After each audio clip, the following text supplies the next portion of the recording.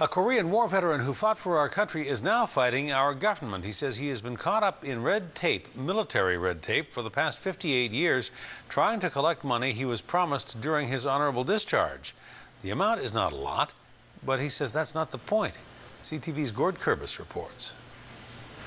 Half an inch over the left eye. He still knows every regulation that surrounds his military uniform and proper dress codes. And even though his veteran's blazer doesn't fit quite the way it used to, Neil Deck still holds on to it, but he does so reluctantly. I just have to distance myself from the military now for some reason. The once proud Korean War veteran is now so frustrated with what he's dealt with over the past 58 years that he's turned in his medals. He's mailed them directly to the Prime Minister in protest.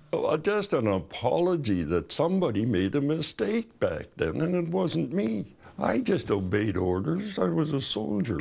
You do what you're told.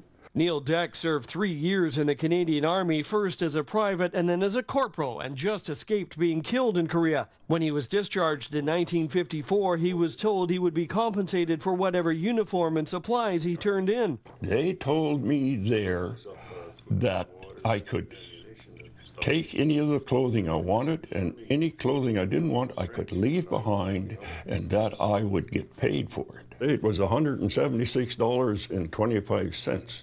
That was equivalent to actually 2 months' pay at that time. 2 months' pay? Yeah. But Deck never received that money, nor did he get a $100 civilian clothing allowance he said he was entitled to. I should have taken everything. But they told me that I was going to get paid for it. I would have absolutely taken everything, but they'd still owed me the $100 for civilian clothing. I got nothing. The veteran has been trying since 1954 to get that money, keeping meticulous notes about every department, every politician, and every bureaucrat he's been in touch with. Some say he is entitled to the money, others say no. But nobody, it seems, will take on his cause. You know, if they would just nicely write me a check for $176.25 and a nice apology, I'd frame the two of them and I'd never cash the check.